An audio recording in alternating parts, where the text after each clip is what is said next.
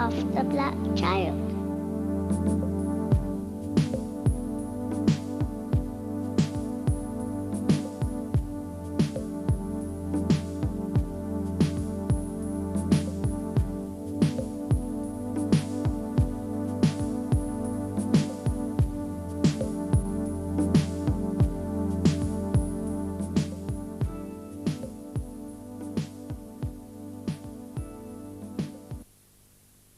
Brothers and sisters and elders from throughout the African diaspora, I welcome you all to the first of many conferences on the education of the black child. The theme of this conference is rites of passage, and throughout this weekend, we will be taken on a journey through the life cycle processes and the importance and value of rites of passage at each stage in this cycle. I ask you to open your eyes, tune in your ears, so you'll understand what you see and what you hear.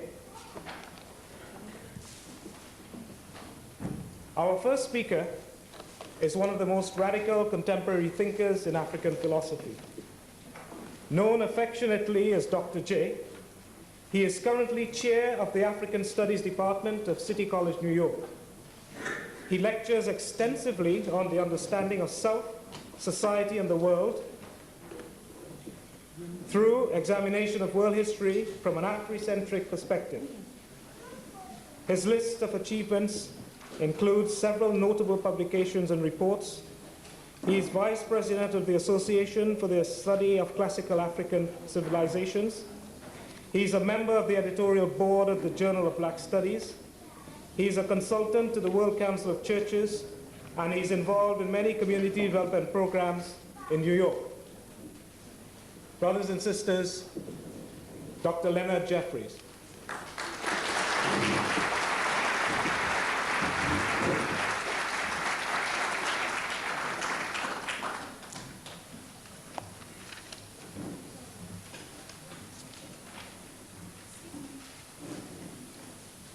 Hotep, brothers and sisters, again. Is there a problem? Yeah, can I just ask one question? My question is this. I do not wish to be disrespectful to the learned brothers, because I think this is extremely important. But one of the things is that I would like to be in the presence of African people to learn what I think is an African message. And one of the things that has confused me is Caucasians being present here in this meeting.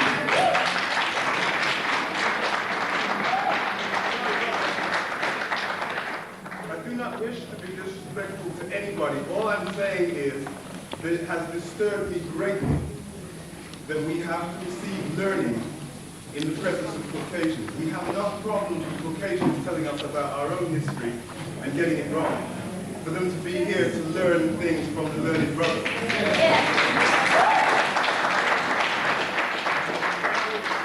I do not wish to be disruptive to conference neither, but what I want you to do is I wish to send a message to the organizers, and I'm hoping that a decision could be made here today that we can discuss things as a family, and that's what I think we're supposed to do. So what I'm asking for is a formal decision. I'm asking for a formal decision of this family that we discuss our family business in the presence of members of our family alone. Can I have one of the organizers, please? Sorry, thank you very much for your time.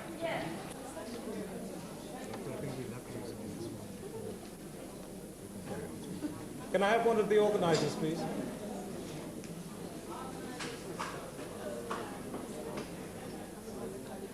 Paul?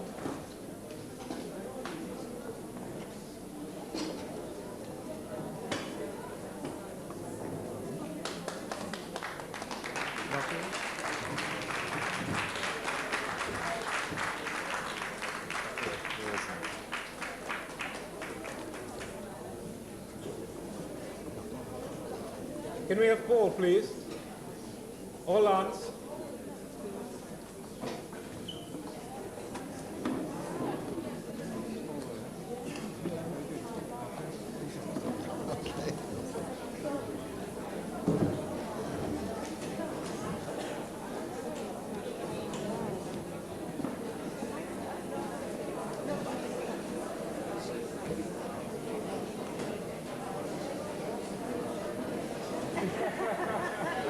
I just ask, is the view of the conference that we make a decision on that question at this time?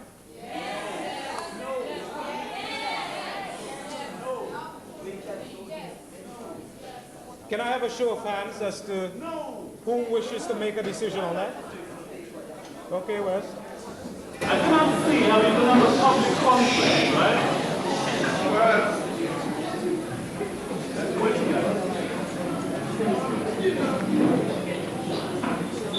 Yes, Wes. If we had, right, a group and we have a particular kind of membership, then we can have a closed discussion. I cannot see how we can have a public meeting like this and then decide somehow to just exclude people. If we're going to have if we decided that membership of, if it's like a church, if it's a closed group, then we can say we can exclude certain people. But I don't think we should make that sort of decision here. I think it's wrong.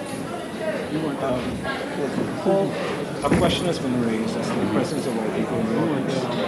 There is a to and fro, one presented by the brothers and them on the right, who says that there shouldn't be any white people. Wes has countered that by saying that it's not a closed conference and therefore a decision doesn't have to be made on that. Have you any thoughts on that? True. It did not say strictly African family occasion. Fine. That's fine. It did not say that. Okay. Just one moment, brother. Just one moment.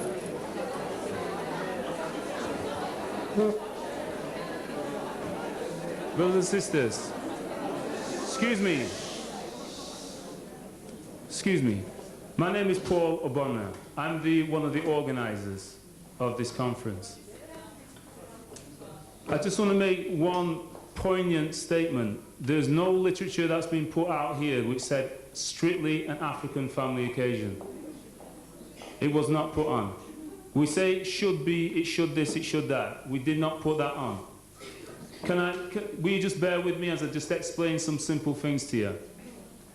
This idea for the conference was actually an idea which we got after Kwesi, my business partner, myself, spoke in Leicester on rites of passage. We work as educators. This is the school I work in here. I am one of only 2 members of staff qualified teaching on this place. I also work in Garth Prison, teaching brothers from all around the area, but Moss Side also. Yeah? I also teach in there an African-centered study group. Now, we got this idea, we realized the failings. This is why we designed this. This is intended to be a watershed conference.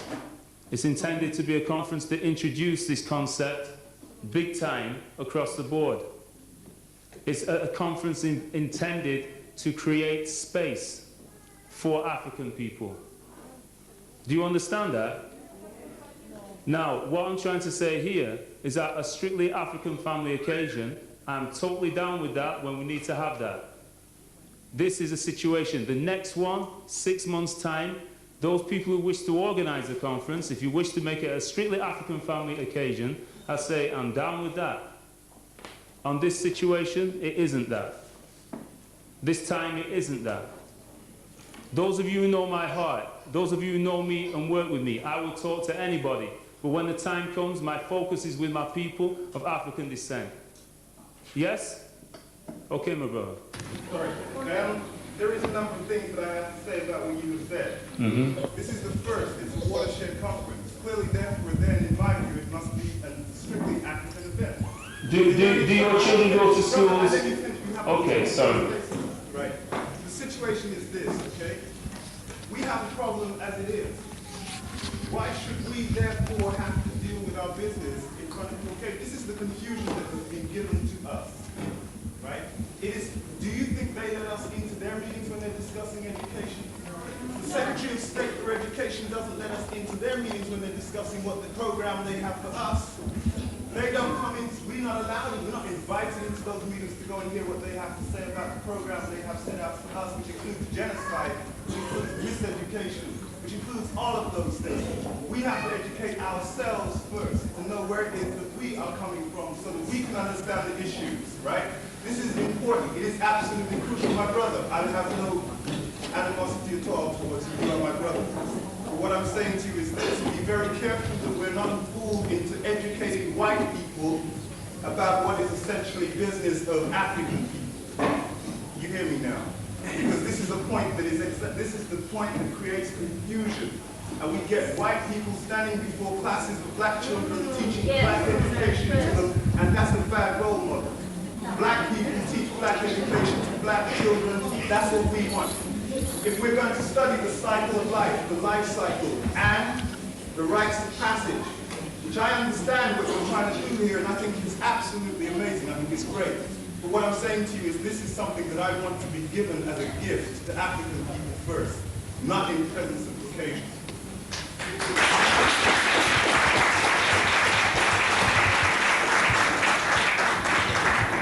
I have yet to go into a sister Akusa actually asked me last night. She said, looking at the back wall there, she said, what's the percentage of African children in this school? And I said around 30%. She said, oh, I thought there'd be more. You go and check out the creche that's on the marketplace upstairs. You see that is in my room. My back wall's a red, black and green flag. It's dedicated to African consciousness. Now what I'm trying to say to you, my brother, the vast majority of, I mean, there are educators here who are Europeans who are actually passing over more positive information about black children. What I'm saying, excuse me, what I'm saying is, how many black teachers are there in, can I just make this point? Secondary education level in Manchester, there are 12 black teachers. And out of that, I doubt that not even half of them are African. Now, listen, I'm going to say this one thing. Time is going on. Time is going on.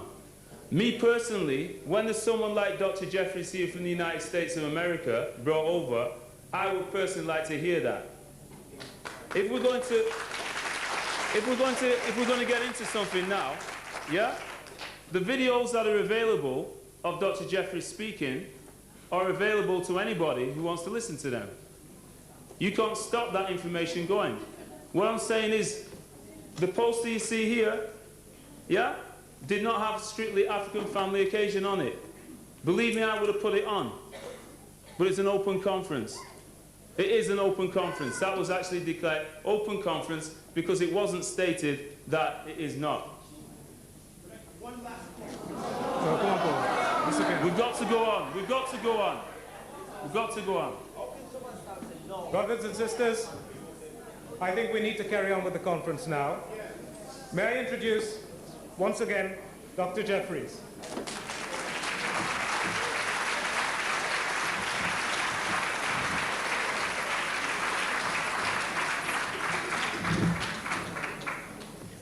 Once again, Hotep brothers and sisters, it is indeed a pleasure to, I can almost say, come to sunny England, because the sun is trying to break through, and when we flew across the ocean, they announced that there would be rain. I'm also glad to see you deal with these issues and these concerns. People need to express themselves. We can feel the brothers' anguish and pain. This happens at all of our conferences. But we also have to pay respect for those who organize the conference and the effort that they put into it. In the African tradition, activities that handle even important rituals in the day are open to almost anybody. After midnight, when serious business takes place, only those who are serious attend. Only those who have been put into special circumstances. So we haven't reached midnight yet, but midnight tonight, maybe we'll be doing something special. Those who are serious, we can come together. I just put that in that context. When we advertise our national conferences, we have this problem. The first major national conference on Kemetic civilization in Atlanta was almost sabotaged because we could not agree on whether white scholars should present. We agreed that they could attend, but the question was whether they should present. Then it was a question of whether they should present in physical presence. They could present their papers but not present their bodies. And a big rupture occurred with our core group because of this, but we've healed that. That's the beautiful thing about African coming together. We can heal these difficulties. What we are trying to outline and lay out for the world is the truth of the African world experience. Is the truth of African knowledge. It is available to the world. It has been available to the world. It has been the foundation knowledge for the world. Africans devised a process whereby this knowledge was transmitted orally and ritually from mouth to ear, so that there could be an accountability of the knowledge. So the knowledge is not something that is out there for anyone to tap into without being accountable for it. So our people created great institutions, one of the greatest of which is symbolized in this pillar temple here. The University Temple of the Nile at Luxor, the greatest building of the ancient world. It was here that Africans institutionalized the educational process that educated the Greeks and educated the ancient Hebrews. If Moses was raised as a princess in the royal house, as is the tradition, then he was raised in this great institution, the greatest institution of the ancient world, built and expanded in 1400 BC by the pharaoh Amenhotep III, whose great wife Queen T, whose son Akhenaten, and whose grandson King Tut you all know about, but not within the context of African knowledge and understanding. These institutions produced traditions in which the knowledge was passed down through the societies of secrets, through the mystery systems. The women organized the female societies of learning, and the men organized the male societies, and together they came together as an African family. But when others who could be tested as to their character and their worth desired this knowledge, it was transmitted to them. Others attempted to duplicate this knowledge and replicate it. Aristotle, the greatest mind of the European experience, comes from a father who was a physician, but who was part of the secret society of Greece, emulating the Nile Valley Secret Society. He was a member of the Sons of Aesculapius. Aesculapius is the name the Greeks gave to Imhotep, the living African vizier, prime minister of the pharaoh Zoser, the real father of medicine symbolically. The most likely father of medicine was a woman, but the real father of medicine symbolically is Imhotep, who lived 2,000 plus years before Hippocrates. There's a deep tradition of sharing the knowledge, but there's also a deep tradition of passing it down with rituals in secret. But this was not planned to be that occasion. We need to go from here with these type of institutions in mind. We need to make a commitment to Africanize ourselves in our lives, totally and completely, as far as is possible within the context of these islands and in the context of the European American world. We need our secret society. We need our secrets. We need the manhood and the womanhood. We need the rites of passage. We need the acknowledgement at birth. We need to name our children within the context of meaning and not just name them Edward, after King Edward. That's why when I learned that the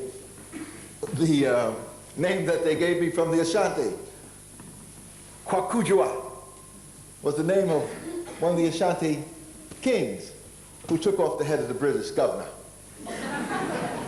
when he violated African oaths and rights and asked to put his white behind on the African golden stool. No one puts their behind on the golden stool except the king when he is in stool. And the British governor violated all kinds of rights and rituals and lost his head in the process. But we're not here to do everything today. But this is a big beginning. I understand this is one of the most exciting conferences that has occurred in England. And let's keep that excitement. Let's keep ourselves vigilant, however. As you know, I have a reputation of telling it as it is and telling the truth as I see it and discern it. And I tell all my friends, including those who have married across the line, that you can't trust white folks.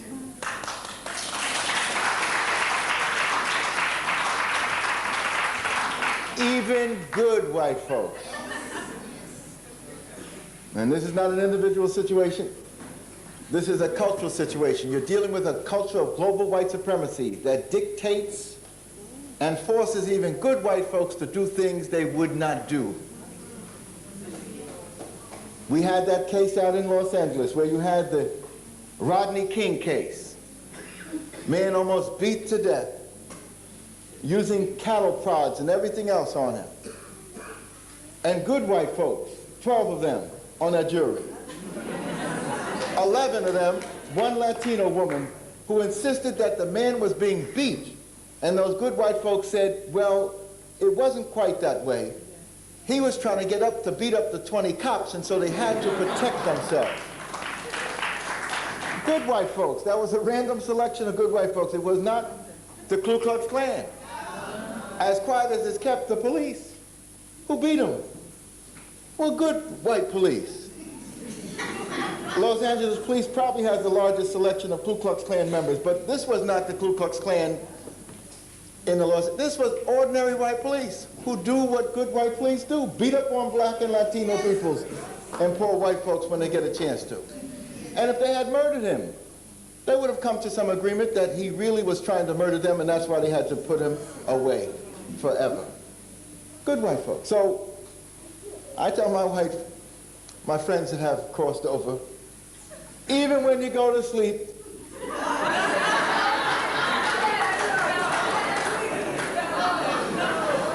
keep one eye open.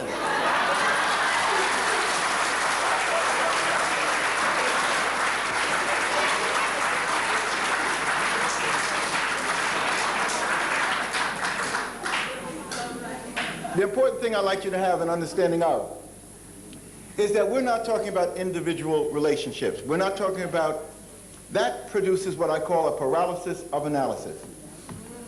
We're talking about a systemic understanding. You have to have a deep systems analysis in order to appreciate what we have to do to restore Africa, in order to what we have to do to neutralize the worst aspects of global white supremacy.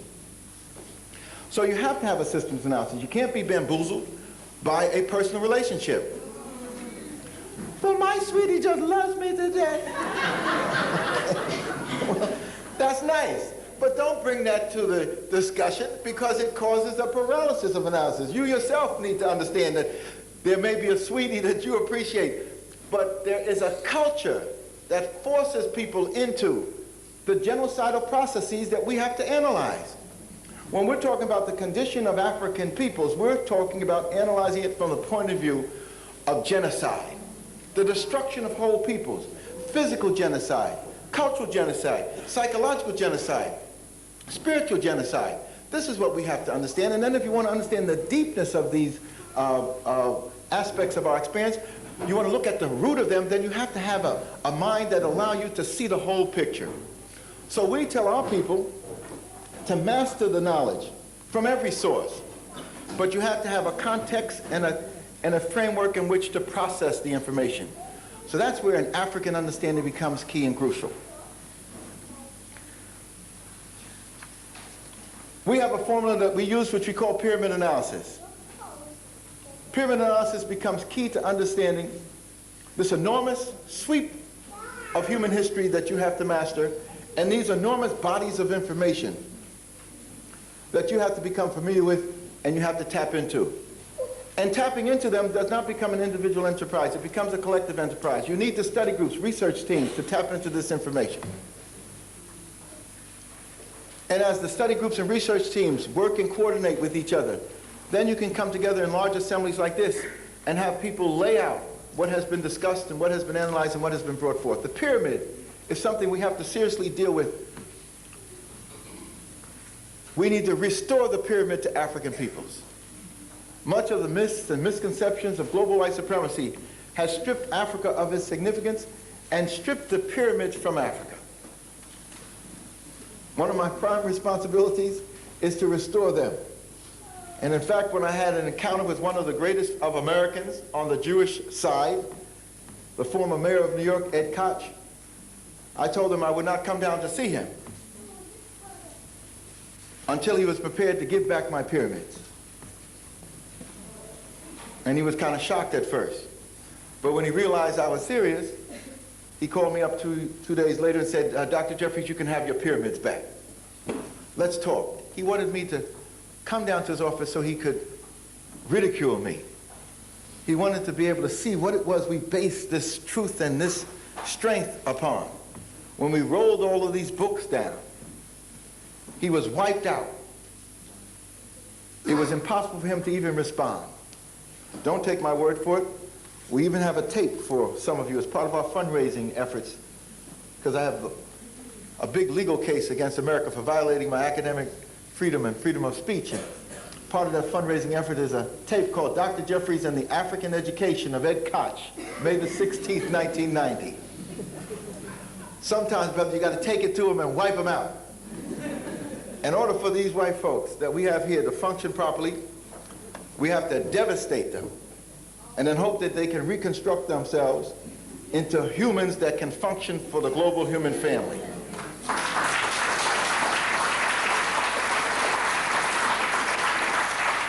But because of our humanist tradition, we devastate in such a way that you can maintain your dignity, contrary to how we have been dealt with. The experience of Africans over the last 500 years at the hands of the Europeans has been a process of dehumanization. The systematic attempt for the European in every realm to strip Africans of their humanity, render them as chattel within the context of how property is viewed by the European. It was easy for the European to do that because he comes out of a tradition of 1,000 years of feudalism in which Europeans were rendered as property.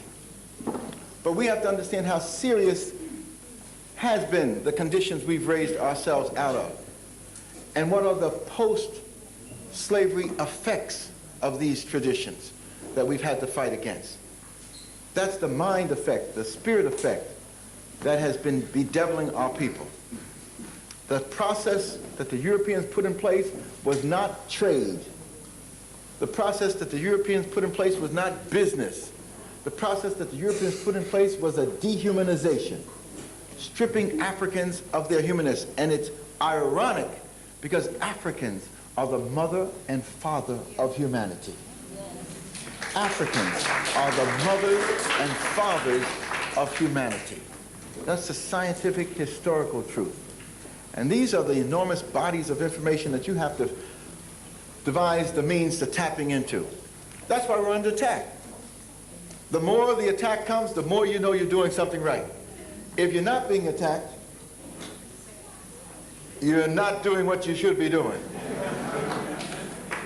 I don't know how many of my partners have had fires put under them as I have, but I know I'm doing something right.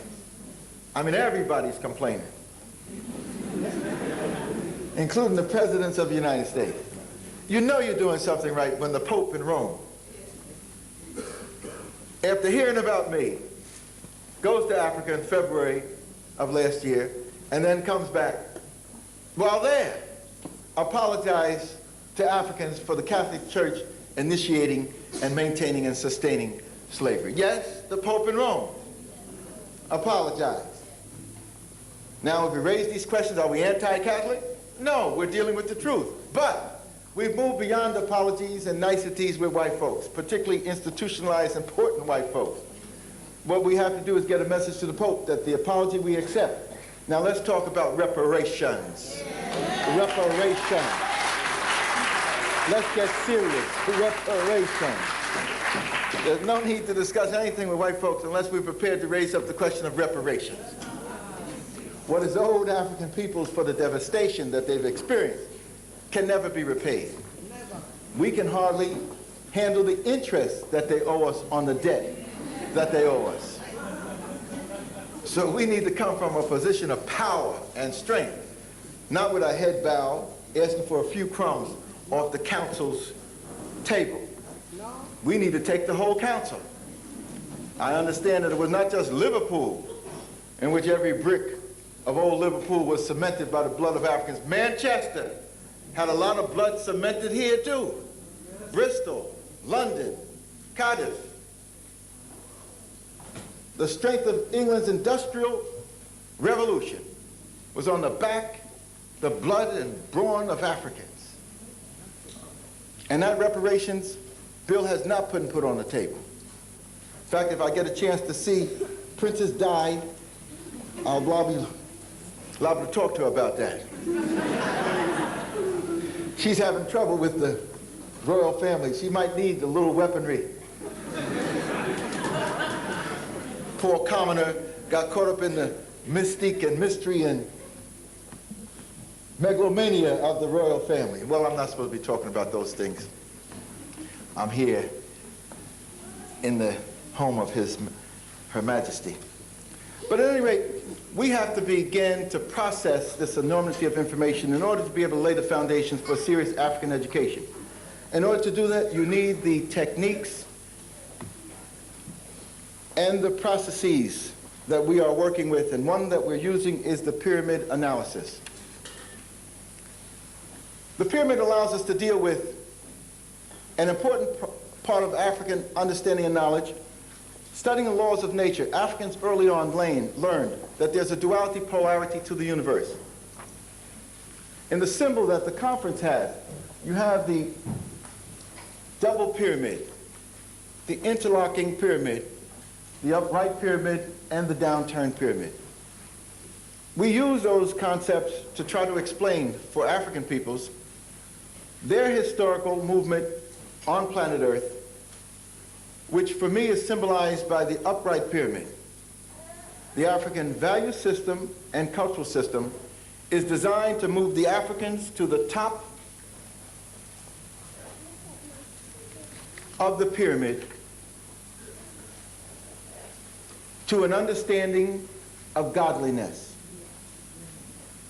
The foundations of the African educational system is to expose one to the God force within and relate it to the God force without. I left back into the place where we're staying, unfortunately, the all-seeing eye of Heru, which is the symbol that's at the top of the pyramid that's on the American dollar bill. Again, a deep African concept that we are about the perfectibility of being like God. That's the basis for the system of education that was built into the Great Lodge of Luxor, the University Temple. And ironically, most of the world's great buildings of knowledge are pillared temples. I wonder where that came from. With European knowledge, we would say, we know. Dr. J, after all, I graduated from Oxford. And we know that this knowledge of pillared temples comes from the Greeks, the Acropolis, the Parthenon on the Acropolis. But if you had a timeline in your mind and you had Kemetic knowledge, you would easily put that in context and dismiss these European white pretenses. Parthenon was built as a result of the Persian loss to the Greeks at Marathon.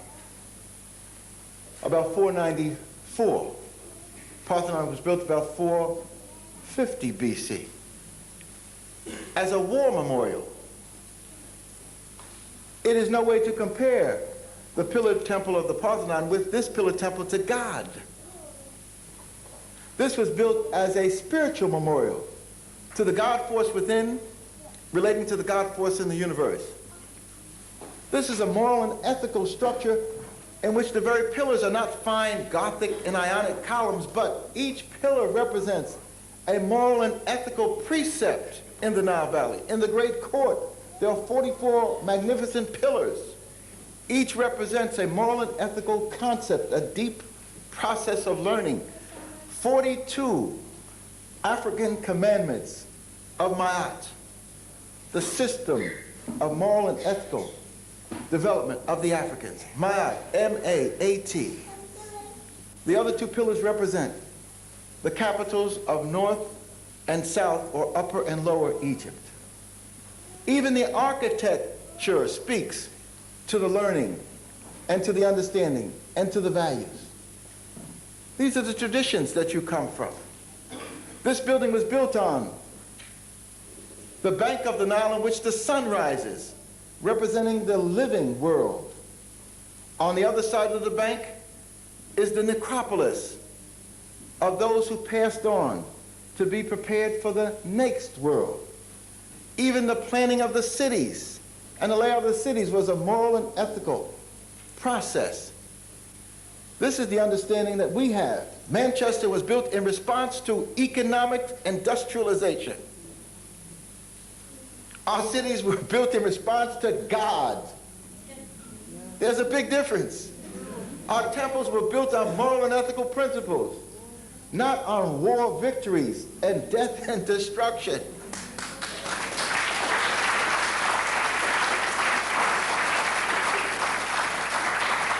That's why you need the study groups to begin to discern these deep things.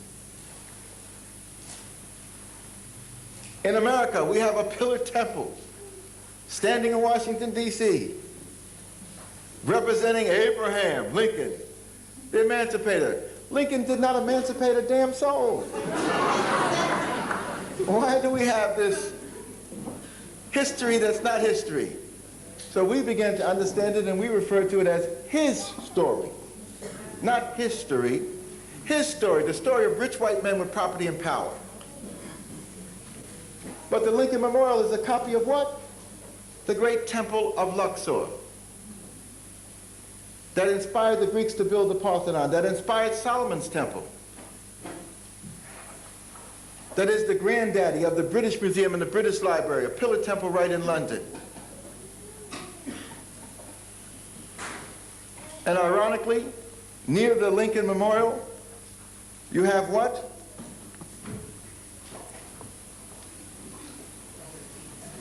The Washington Monument.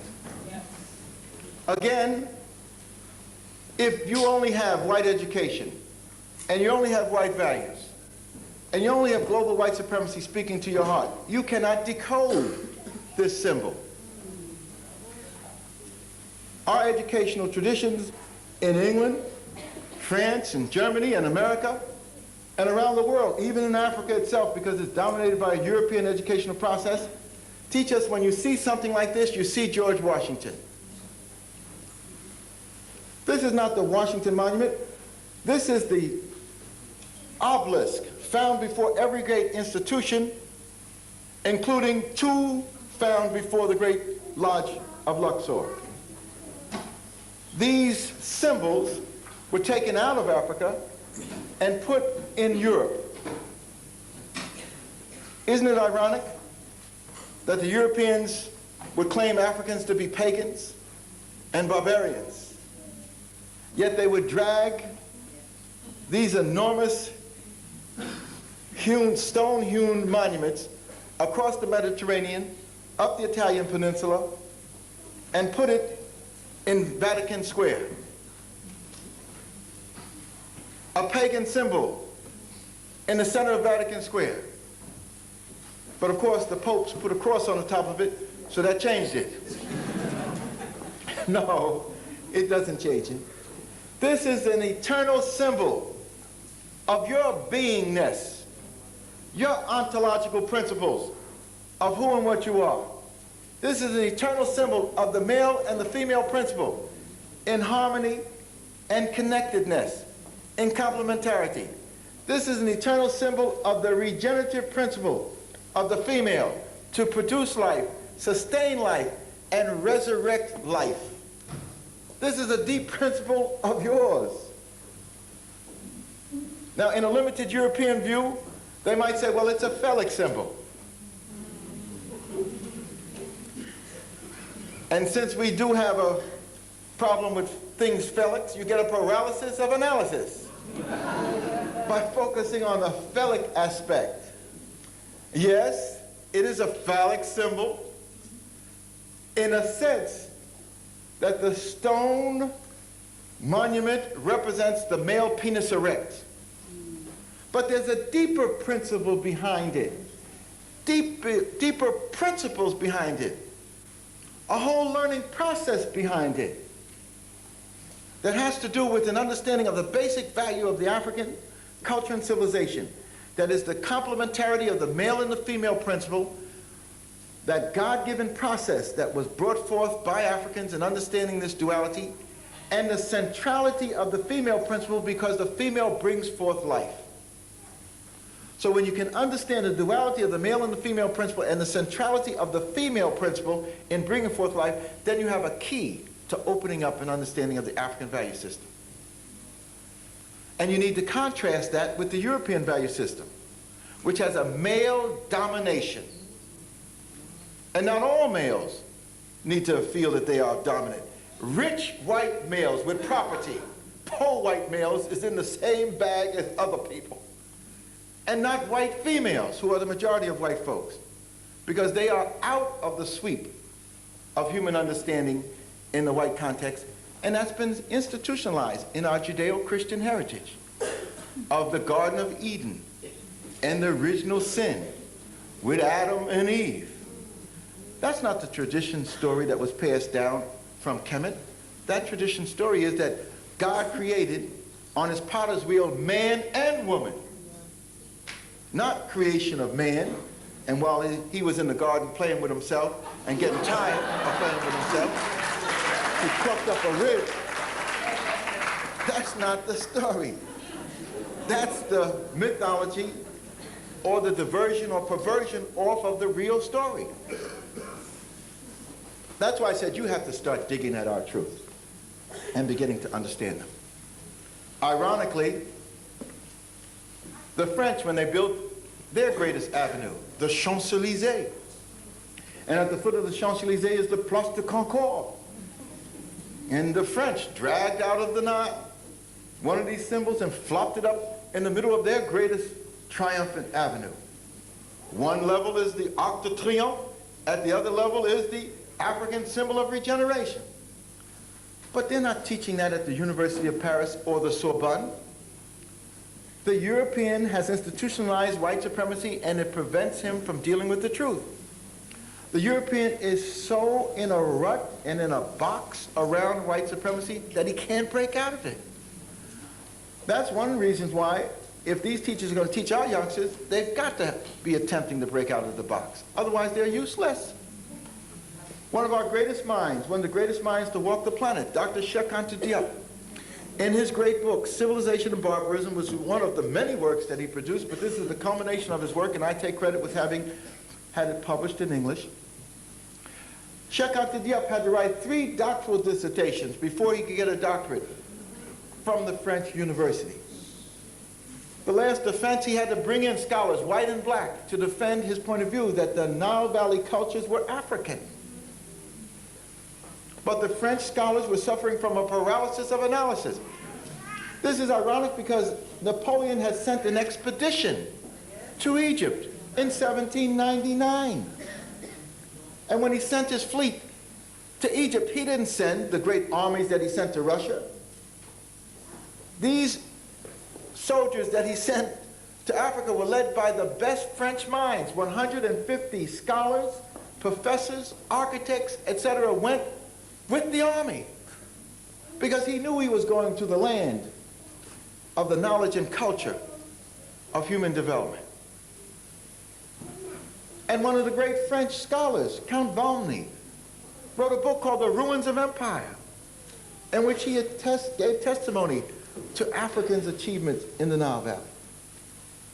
But as Egyptology developed in the 1800s, it developed around a concept of Aryanism that Dr. Martin Bunnell talks about in his book, Black Athena. So if you're going to get serious about looking at our history, you're going to have to start get serious about getting into this knowledge. You have to be as serious about getting these books in your libraries as you are about getting these little kufis to wear and these dashikis. If you don't have 10 times as many books in your library as you got kufis, then something is wrong.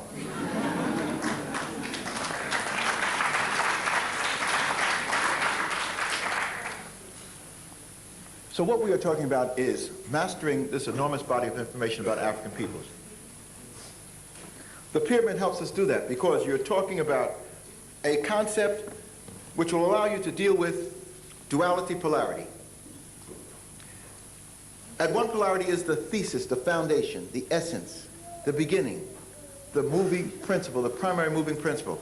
At the other polarity is the antithesis. For every action, there's a reaction. For every action, there's a action or complementary action. So the concept of thesis and antithesis needs to be understood. You need to gather the information around one polarity, relate it to information around another polarity, interrelate the information, analyze the information, and then synthesize it.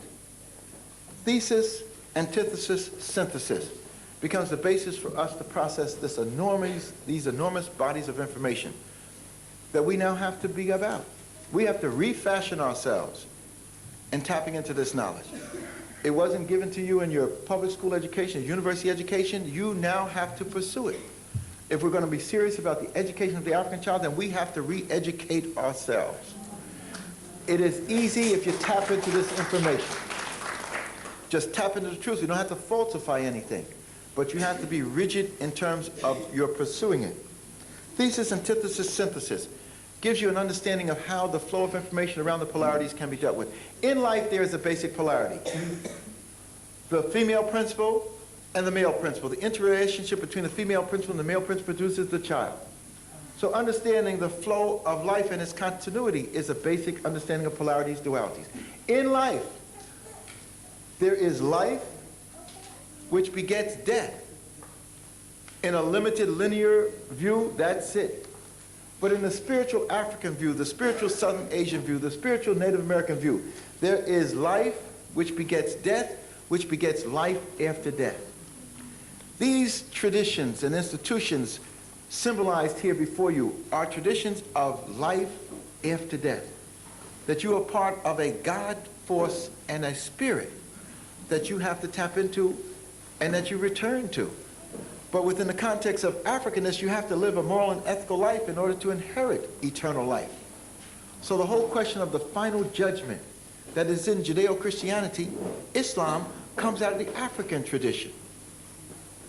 The great judgment hall of Ma'at, the judgment standing before Osiris, the symbol of the God of resurrection, the crucified Savior.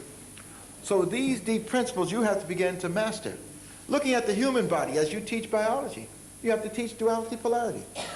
2 hemispheres to the brain, 2 eyes, 2 nostrils, 2 lips, 2 lungs, 2 chambers to the heart, 2 arms, 2 ovaries, 2 testes, 2 legs, 2 feet. So we have to deal with the whole question of duality polarity in the functioning of the body. Thinking becomes a dual process. Left brain activity interrelating to right brain activities produces thinking. Thesis, antithesis, synthesis. So in order for us to master these things, we have to put in place certain concepts and understanding. As you go to the top of the pyramid and become synthesizers, you reach what I call the capstone. So we have devised a process where in going to the top of the pyramid to the capstone, you deal with those letters that make up caps. Number one, this knowledge has to be seen in terms of concepts. As you process the knowledge and gather the knowledge, you have to break it down and try to discern the concepts involved. When you see these institutions, you see multiple concepts. You just don't see a concrete figure.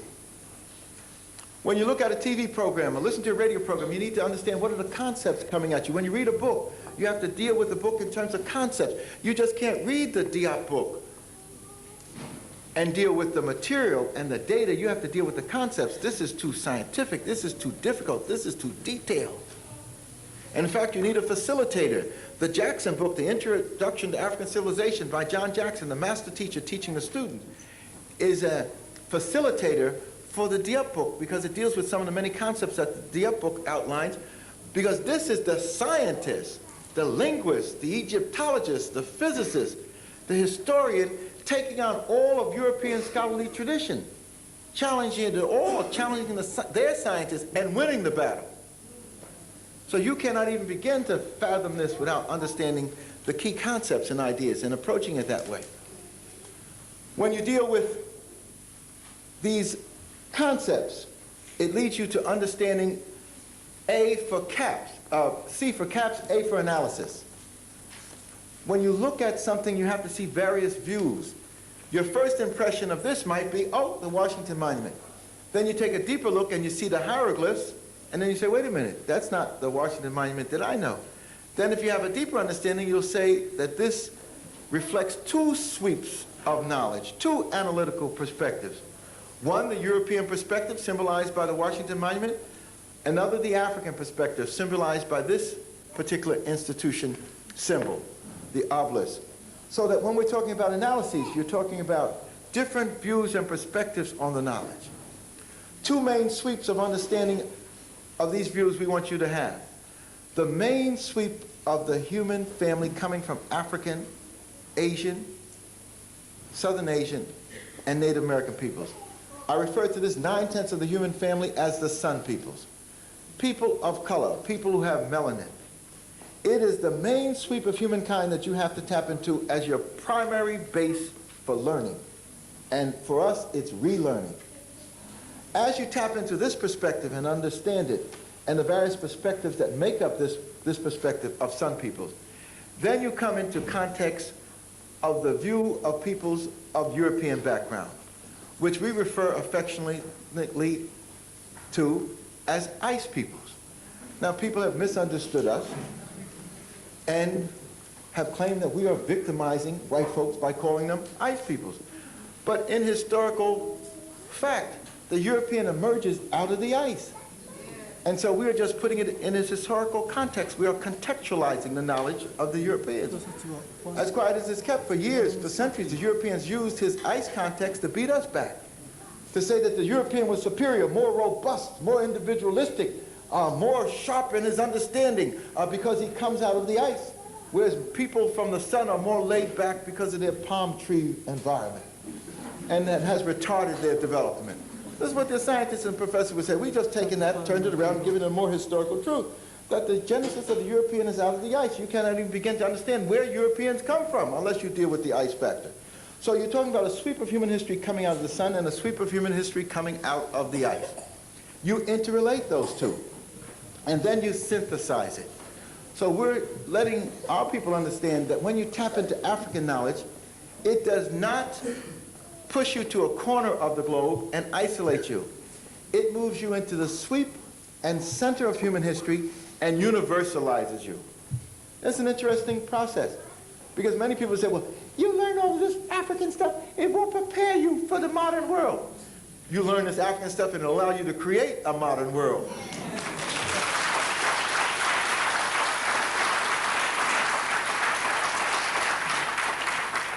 Because the importance of what we are about is preparing for the 21st century. Preparing African minds for the 20th century, Asian minds for the 21st century, Latin minds for the 21st century, and if we can get the white minds for the 21st century. But it's going to be difficult to deal with these white minds. I mean, it is. It's a challenge we have to take, but our first challenge is ourselves. We have to get ourselves ready for the 21st century. Because as quiet as it's kept, everybody's got their agenda for the 21st century. My friends, the Jews, have their agenda for the 21st century. My friend, the Japanese, honorary whites over there in Asia, got a plan for the 21st century. They're trying to bring de Gaulle out of his grave to develop a plan for the French for the 21st century. We have to understand that if there's going to be a plan for the 21st century for African peoples, for Asian peoples, then we're going to have to plan it. And so that's why you tap into this knowledge. So we can develop what? The critical thinking to discern what is in our interest and what needs to be developed and put in place for us. So as we develop thesis, antithesis, synthesis, we need to move into the capstone, concepts, analysis, processes, and systems. That's how we look at CAPS. Processes, understanding the forces that affect knowledge. Economic, political, social, cultural, psychological, spiritual forces that affect knowledge.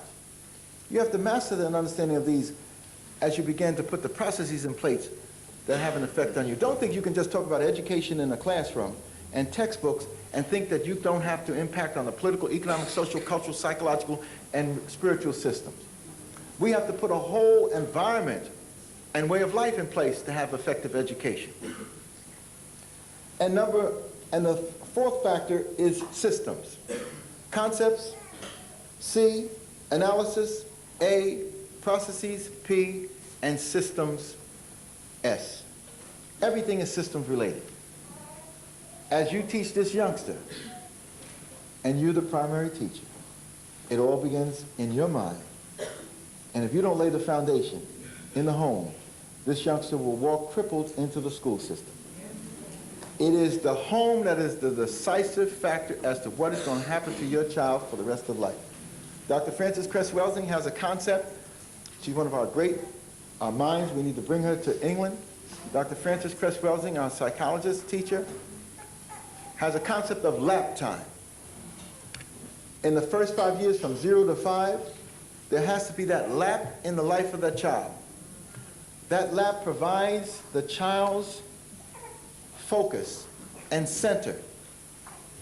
Many of us take our children and put them in a crib and give them some little things to play with. And then we are surprised when they develop a thing syndrome. Africans have a connectedness, and they develop it immediately in the child. Lap time, some lap. Don't even have to be the mama's lap. Could be the grandmama's lap. Could be the auntie's lap. Could be the neighbor's lap that love the child. Could be a male lap. Could be a female lap. But a lap has to be there. In the African context, in most African cultures, they don't even worry about a lap.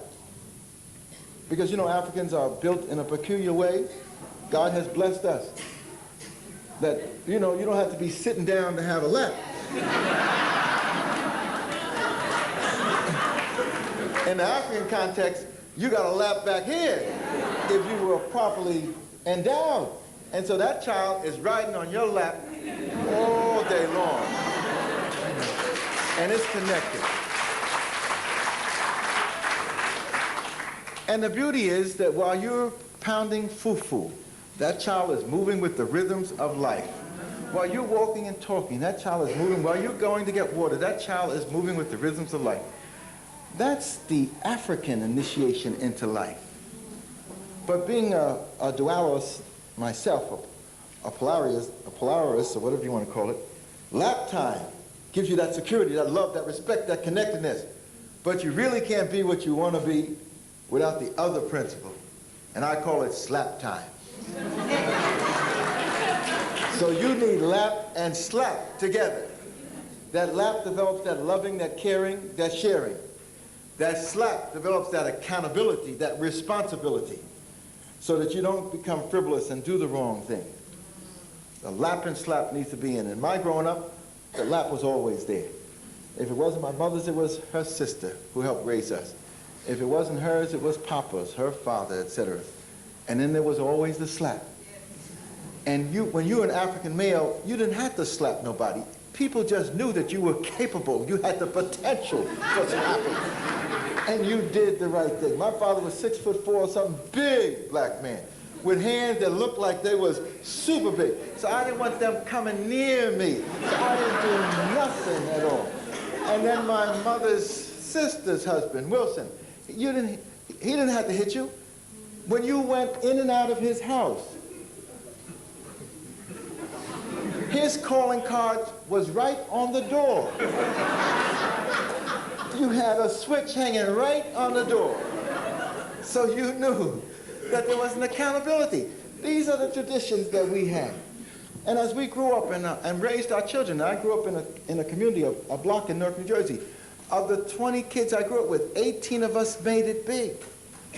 Because there was this African community there. We didn't call it African, we just took care of each other. Everybody was called auntie or uncles. We didn't even know who was the blood uncle, who was the blood aunt, because of that tradition.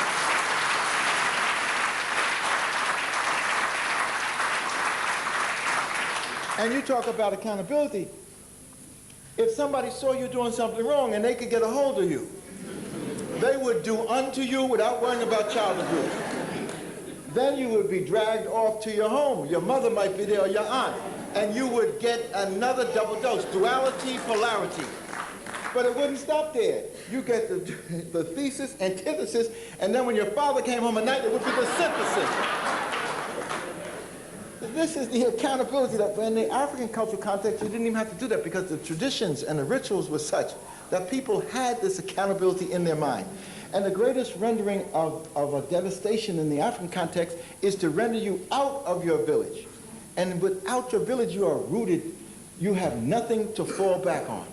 It wasn't until the urban areas were developed as a result of slavery and industrialization that the African village concept of accountability was lost because people could be kicked out of their village but go to the city and continue to do dirt and follow in the path of the value system of the Europeans, which is prostitution, which is drugs, which is dope, which is alcohol, which is stealing, which is, look, Europeans are going to have to face the fact that there's an endemic crime problem among them. I don't know whether it's genetic or learned. But there's a genetic, wherever the Europeans go, he claims it. He's invited into my house. Before I know it, he done turned around and took my house and says it's his. It's what I call the Christopher Columbus syndrome.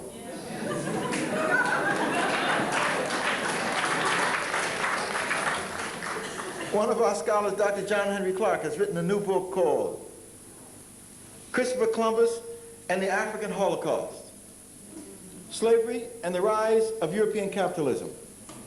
I did a preface to this, and Professor Scobie also did a foreword.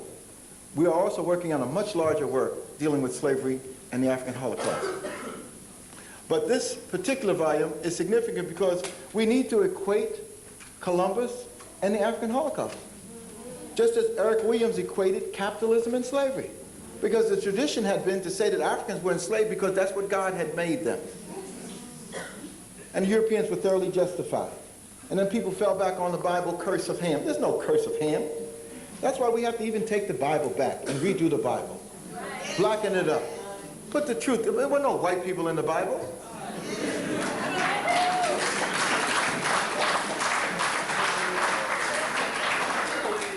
Where's the black presence in the Bible, child? One of our scholars has written a book called The Black Presence in the Bible. I have it. It's under Walter Rodney. We're even taking the Bible back. A 2-volume study, The Black Presence in the Bible and the Table of Nations. There were whole nations of Africans in the biblical period. Cush and Mizraim and Canaan. The people were Africans or Western Asians. Western Asians were mixed with Africans. You didn't have no English, Welsh, Scots, Anglo-Saxons. You didn't have no French, no Germans, no Italians, no Poles, no Russians, no Greeks, in the sense that we know that you had Africans and Western Asians. Of course, the myth is that there were Semites. But what does a Semite mean? A Semite is who? Africans and Asians mixed. The Semitic confusion comes when the conversion takes place among the Russians in the Khazar period. The Khazar, well, that's another lecture altogether. I have to come back for that, and then bring the Jewish community out for that. But we have to take the biblical traditions back. We got to blacken it all up. So that's why the role and responsibility we have is enormous, and that's why you need an understanding of going to the top of the pyramid involves caps, concepts, analysis, processes, and systems. We use the circle to represent an understanding of systems. We use the outer circle around the pyramidal points to represent external systems analysis. We use the inner circle inside the pyramid to represent internal systems analysis. When you look at systems, think at least in two dimensions, external and internal. External systems is important. It's how you negotiate the universe and your ecology. Internal is how you develop internally, from the basic cell that occurs when the melanized sperm meets the melanized egg, and your beginning occurs with the cell that has DNA, RNA, and melanin, the organizing molecule of the cell. The internal development. White folks have poo-pooed this melanin thing. Even some Negroes have jumped on me. There was an article, they had an article called Emerge Magazine, supposed to be a black magazine. Had my picture on the cover, you know, looking good, and a lot of people bought the thing. Full facial shot. A lot of black people bought it, thinking it was a good article. Inside the article was Melanin Madness. An attempt to distort the research and the knowledge on melanin that's now emerging, and to put it in an unfair context, and then single out Dr. Frances Cress Welsing, along with the attack on me. This African American magazine, supposedly, is funded and owned by Time Warner, 42%. The head of research is Jack Rosenberger. So that's why you have to do an analysis before you even jump into magazines. Or even the books. Concepts, analysis, processes, and systems. External systems, internal systems represent core spiritual values, that inner development, that communing with God. External systems deal with an understanding of the ecology. In the context of melanin, you have epidermal melanin, which deals with the external processes and allows you to relate to the universe, God's universe, in which the sun is a key factor, and the rays of the sun determine how life is being developed in the universe.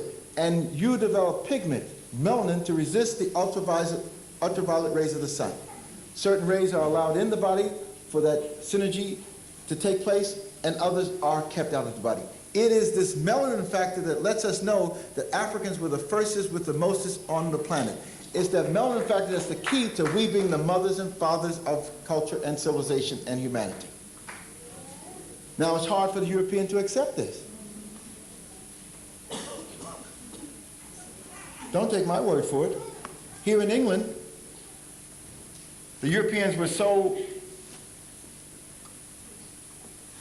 uneasy about them not having ancient roots.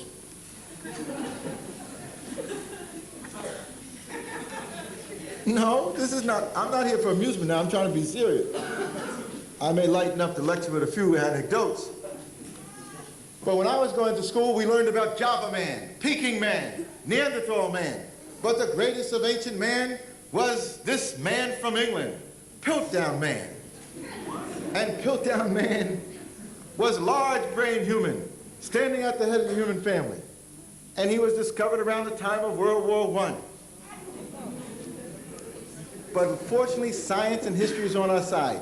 And as the scientific method of fluoride processing was discovered, an English scientist inadvertently took the skull, the Piltdown skull, tested the upper part of the skull, and found that it wasn't the same bone as the lower part of the skull. Further testing proved that the upper part of the skull was a modern human, and the lower part was an orangutan that had been put in a tar pit and covered over, and they discovered it. Piltdown man, coming right here from good old England.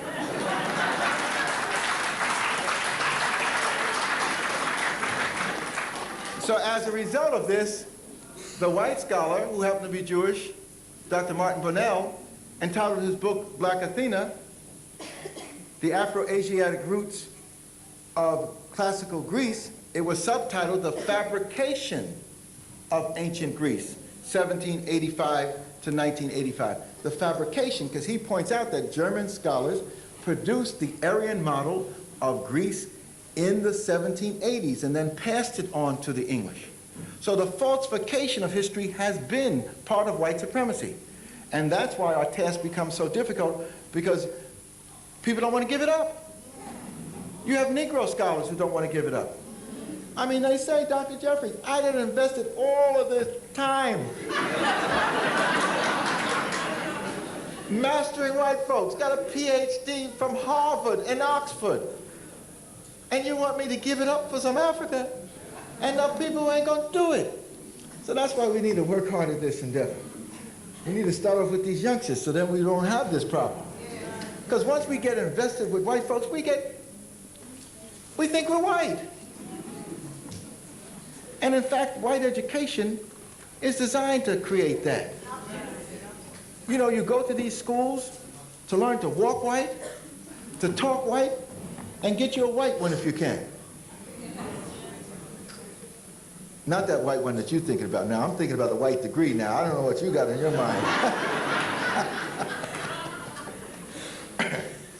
But we have to understand that the psychological aspect of our conditioning is so important. When I finished Lafayette College, graduating with honors, with all those white boys, when I went to Lafayette College in 1955, there was 2 blacks. And I went with a fellow named Vic Partridge from Atlanta. We doubled the black population from 2 to 400%. So it was 4 of us and 1,400 white boys. I graduated at the top, and then they wanted one of the top graduates to apply for the Rotary International Fellowship, and they didn't know one of the top dudes was black, so I applied. So then I won the Rotary International Fellowship. That meant I was one of the first blacks to get a Rotary International Fellowship to study in Europe. And I was going to study in the French-speaking area so I could master French. And so I didn't pick Paris, too many people there, Geneva, or even Brussels. I picked Lausanne, the smallest little spot, University of Lausanne. And I had to study there in French, which I did, and then come back to Columbia to get my master's and PhD. And while in Switzerland, mastering French, je parle très bien le français, presque comme le français. On a fait mes études de docteur de fait dans la langue française. So this poor boy from Newark, New Jersey had to go to France and kick butt in French, and Switzerland kick butt in French. But I learned an important lesson there. My African identity was affirmed. I knew from the very beginning that I was black and beautiful, because my mother used to tell me tales that when she pushed the baby carriage down the street, the other little girls in the baby carriage used to try to get up to look over in mine. So, you know, from early on, it wasn't a question of black and beautiful. I knew that was my reality. But I was looking for some identity when I was in Europe, because if you're in Switzerland, that's the whitest part of Europe. And those great ice caps that dominated all of Europe for many tens of thousands of years are still there in Switzerland. You can still see them. So whenever I saw somebody black, I ran to them. I mean, they didn't know what was happening. I was so desperate. Bonjour, comment allez-vous? Comment ça va? And then I never asked them the question of who are they and where are they from? And the response was, je suis français. Now you have to understand, this is 1959. Only got 2 African independent nations of the modern era, or 3 really. Sudan was 56, Egypt was 52, Ghana was 57, and Guinea was 58. So you had 4 of the modern era, and the old era you had Ethiopia and Liberia. Most of these Africans were identifying French. I'm talking about serious Africans, not no mixed bloods. I'm talking about Africans with their lips hanging out all over the face so you could grasp the whole of a lip. Nose spread so you could get a good breath of air. Hair tight, behind fully packed. Je suis français. I got so frustrated in Europe that I gave up on black people, black people. But you can't give up entirely. And my brother is light-skinned, so I started looking for light-skinned blacks, feeling I could find some brotherhood in the light-skinned blacks. So whenever I saw one of these lighties, I ran up to them. Bonjour, bonsoir, comment allez-vous? Comment ça va? And inevitably the question would be, who are you and where you're from? And the response would be the same. Je suis français, from Guadeloupe, from Martinique, from the elite of Haiti. So for a while there, I got a little disoriented, thinking I was the only black in Switzerland. But this understanding of identity crisis that we all have, we have to understand how deep it is. That young Africans coming from the continent, without the European experiences that you and I have been brought up in, identifying European. That's the extent of the mind control that the system of white supremacy exerts. And then when you realize that Africa has been rendered so negative in the mind of the world, you'll understand why we are hesitant to identify with it. You know, some of our people say, we're not from Africa, we're from Asiatic black men. I'm not talking about any particular religious group, I'm just talking about the concept. Asia and Africa are linked. You can walk from Asia to Africa, so you're talking about the same continental connection. You don't have to cross the Mediterranean Sea to get to Asia from Africa. You don't have to cross an Atlantic Ocean or a Pacific Ocean. They're linked, they're one. So if there was an Asiatic black man, there was an Asiatic African man. But the latest scientific data and finds support the older scientific data and finds that Africa is the origin of humankind. But even if you found some black man in China, some early find in China, it was black. See, the Chinese don't have any roots in ancient history, just like the Europeans and the Native Americans and the Semites. The only people who have a root in ancient time are African peoples, black peoples. Now that's a shock. That's going to be the first thing we're going to have to deal with white folks. So I think we need to have not just sessions like this, we need to have therapy sessions. You need to have therapy sessions. No, I'm trying to be serious. Because the difficulty of tapping into this information is the inability to grasp it. Africa, for the world, is the Tarzan syndrome. Tarzan has educated more people around the world about Africa than anybody else. A dumb white man, without education, speaking in grunts and groans, with a loincloth, slinging from limb to limb on a vine. He's the educator of the world around Africa. And then they couldn't even give him a black partner.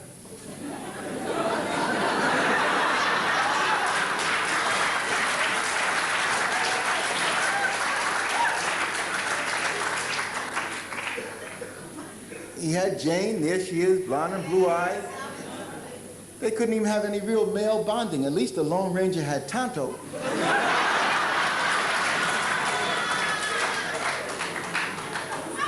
Charlie Chan had his sons. But then when you look closely and analyze Tarzan, he did have Cheetah.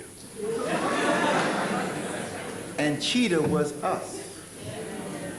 When you deal with the mind that produced Tarzan syndrome, Cheetah is us. So when you realize that when we raise the African question and say Africa has to be put at the center of any educational process, not just the African educational process, that you can't educate white folks without Africa at the center. When we put the African-centeredness in the development of education, we throw everything off. And people get what I call cognitive dissonance. The inability to deal with things new. The inability to deal with things that shed new light and circumstance on things. Cognitive dissonance. And so when we raise these things as we are raising them, we may have to have seminars, workshops, and even therapy sessions for the people to understand them. I had a problem when I came here the last time in England. Because I was invited to a TV show. I didn't know it was a setup. And it's supposed to be a black man, the head of the TV show.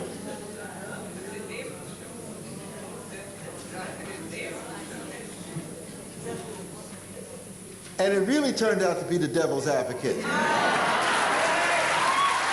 really turned out to be the devil's advocate.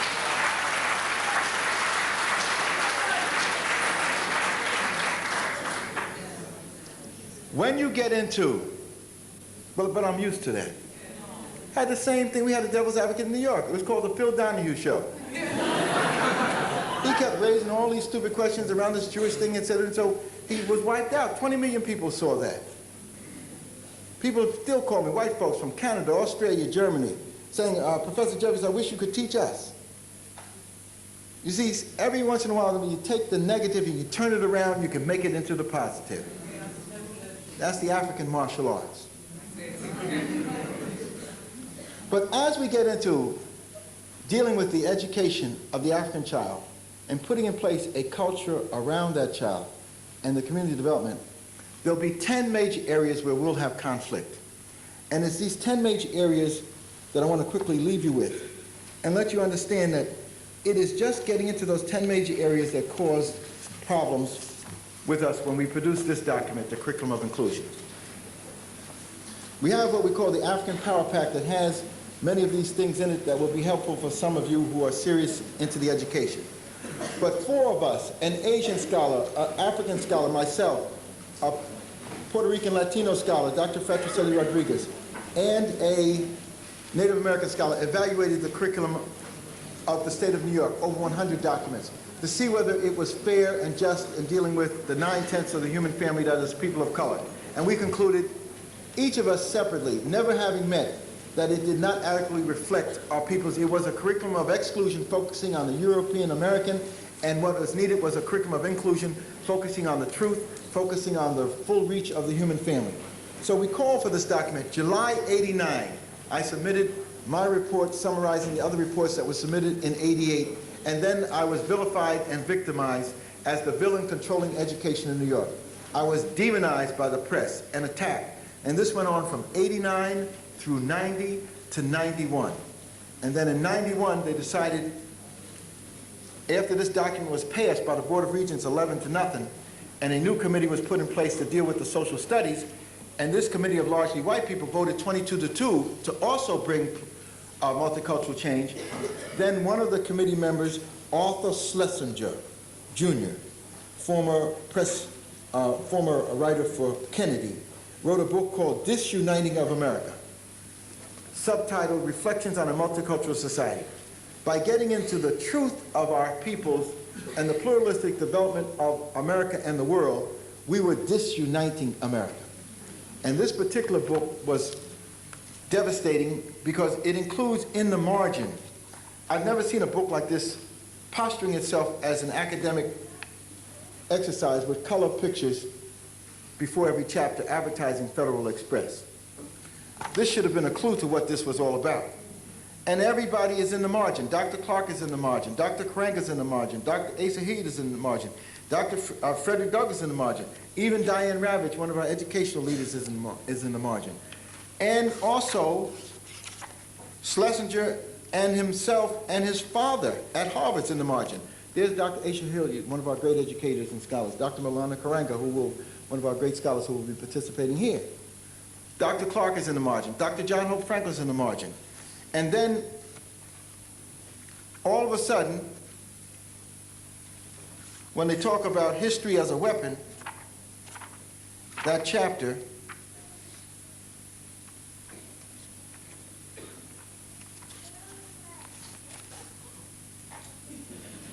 there he is, the boogeyman himself, Dr. Jeffries. A half a page devoted to me. So it was clear that I had been slated for possible death. And so, as a result of that, when I made the Albany speech, the most significant speech since the Gettysburg Address, we laid the whole thing out on what this whole struggle was all about. When you deal with the African truth, you destroy white supremacy. We don't need atomic bombs. We don't need stealth weapons. All we need is the truth. White supremacy cannot stand once you tap into the truth of Africanness. And that's why the attack. We're not singling out any peoples. It is not in our interest to single out the Jews in reference to slavery. Because we want to be able to look at all the white people involved in slavery, the English, the French, the Portuguese, the Germans, the Swedes, the Danes, the Italians, as well as the American whites. So it's not in our interest to single out one community, such as the Jews. But again, the Jewish card was played to try to create fear and to prevent people from looking at the things rationally and create a paralysis of analysis. It's not in our interest to single out white folks as a community. We want to deal with the rich white folks who have the decision-making powers in their hands. But if we're going to deal with what we're talking about in terms of re-educating ourselves and educating our children, we have to realize as we put Africa at the center and deal with African civilization, we come in conflict with 10 areas of the world that we have to understand and deal with. One is the African origin of humanity. We now have in the general culture a white origin of humanity. If we're going to deal with the scientific truth, as Dr. Diop has outlined it and others, we have to deal with an African origin of humankind, number one. And Diop has come up with a concept called the monogenetic thesis. And it's supported by Glugger's law, G-L-O-G-E-R. G-L-O-G-E-R, Glugger's law. Mammals in the sun develop melanin to resist the ultraviolet rays of the sun. So the melanin factor is right there in understanding the African origin of humankind going back millions of years. Dr. Diop helps us to deal with this with the concept of polarity duality. He says there are 6 early hominids, 6 early humankinds. The first 3 never left Africa, old humanity, going back millions of years. Australopithecus africanus, Australopithecus robusta, Homo habilis, old African, going back millions of years. And then as humankind evolved into larger brain human, you have later Africans. Those 3, Homo erectus, Grimaldi, Homo sapien. And old African and later African produce modern humanity, Homo sapien sapien. It is this link between these 3 developments, these 3 aspects of humankind, which give the human family. The European is not in the picture. The Asian, as we know it, is not in the picture. The Semite is not in the picture. The Native American is not in the picture. As humankind evolves from the beginning of time, you're talking about Africanness. There's an African center to human biology, to human sociology, to human paleontology. And we have to understand that. In order to appreciate this early humankind, you have to relate the disciplines. Fossil remains become the key. So you have to understand paleontology. And then in order for you to understand the fossil remains, you have to put it in its context. So you have to deal with archaeology, the place where the early humans lived. And then you have to deal with how they lived, and you have to deal with anthropology. So paleontology, archaeology, and anthropology become part of this understanding of human early development. Number 2, there's an African evolution of society. As humankind moved into large-brained human, Homo sapien sapien, particularly during the last 100,000 years, 2 cradles developed. A sweep of humankind in the river valleys of the world, where you had a blessed ecology of land, water, and sun. And the humankind trapped into the great ice age of Europe. The last great glaciation or great ice age of Europe was the Worm Ice Age, W-U-R-M. For over 90,000 years, ice dominated Europe. It is in this ecology that the European emerges, the genesis of what we call the European. And so it becomes part of our research and whatnot to find how did Africans evolve into Europeans that evolved out of the ice. That's one of the great mysteries. And so I think, you know, for years they used to say that it was a mystery where we came from, and we probably came from some stray branch of the humankind that was a dead end. The great mystery in scholarship now is how did the Europeans transform from Africans trapped into the ice into what we have today? And I think we need to look at that. And so as you put your scientific teams together, bring me the research so I can at least bring my knowledge up to date on it. African evolution. And Diop comes up with another concept, northern cradle, southern cradle. And I think it's important for us to have that. We're not talking about the superiority of one people over another, but we're talking about the circumstances that produce differences and understanding those differences. For us, it becomes imperative because we feel in the culture of whiteness that this blackness is a curse, whether we want to accept it or not. Our youngsters grow up with an enormous baggage of inferiority as they go through life. We have to remove that from the earliest possible ages so that our people understand that they are the blessed of the human family, they are the chosen of the human family, and this blackness is a blessing from Almighty, not a curse. Yeah. That becomes our first formulation.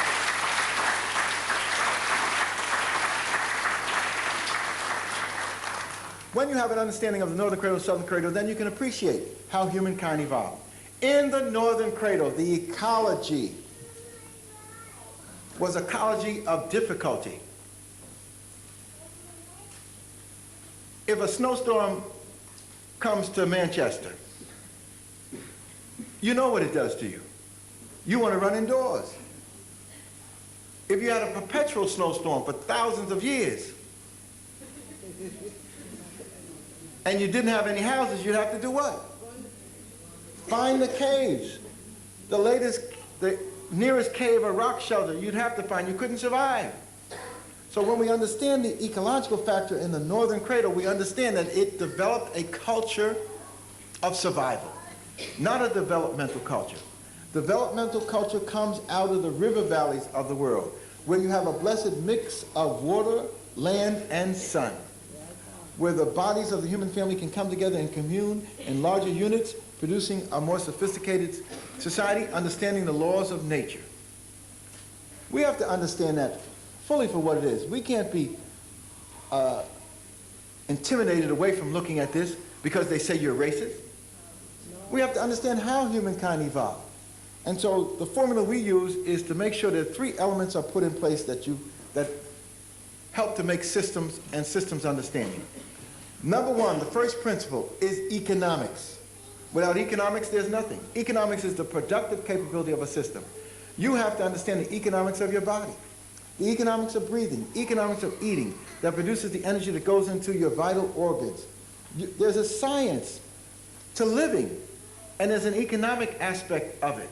If you do not master that, then you die. And even when you die, your remains become part of an economic process. Economics, first principle. Economics relates to ecology. Ecology becomes the key to what type of economics you're going to develop. If you're in the ice like the Eskimos, you better learn how to do how the Eskimos do and cut a hole in the ice and go down and get you some fish. You better learn how to appreciate whale meat, whale blubber, or walrus meat, because you're not going to have any herds of sheep and goats and chickens running around the ice. So you're going to have a different ecology. You're not going to have fields of wheat and corn and barley and millet.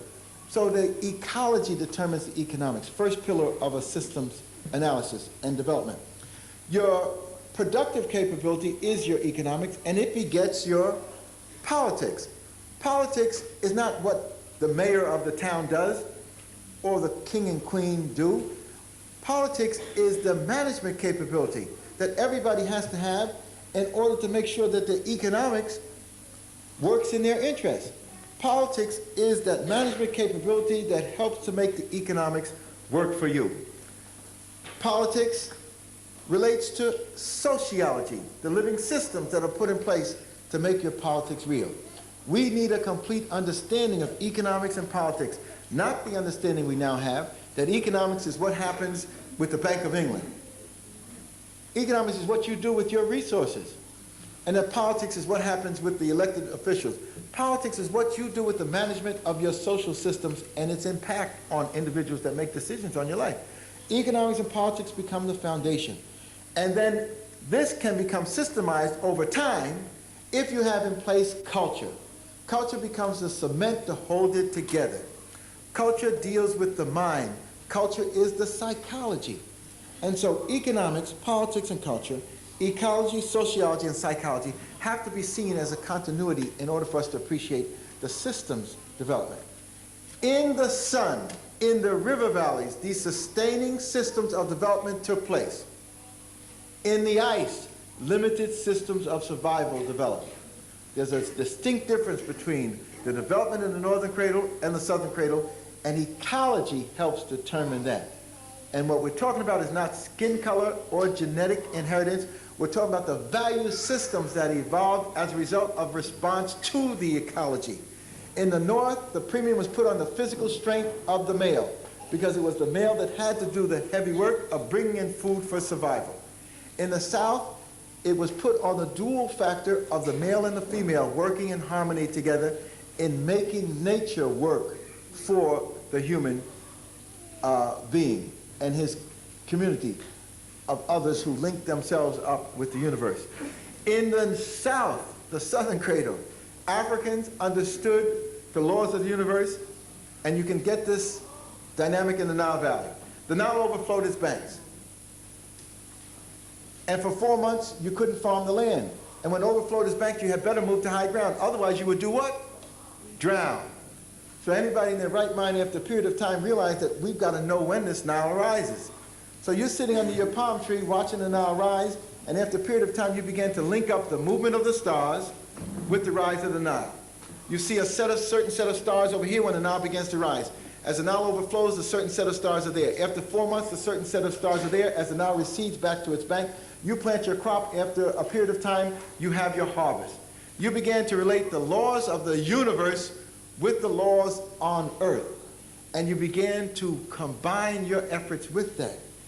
As you began to understand that, in the larger ecology, you began to see a relationship in your human development. That the female, after a period of watering, and a certain set of stars are there. Then after a period of time, and the pregnancy takes place, a certain set of stars are there. And then after the 9-month term, and the birth takes place, the harvest takes place, the certain set of stars are there. So you began to relate the God force of the universe with the God within the female in the production of life.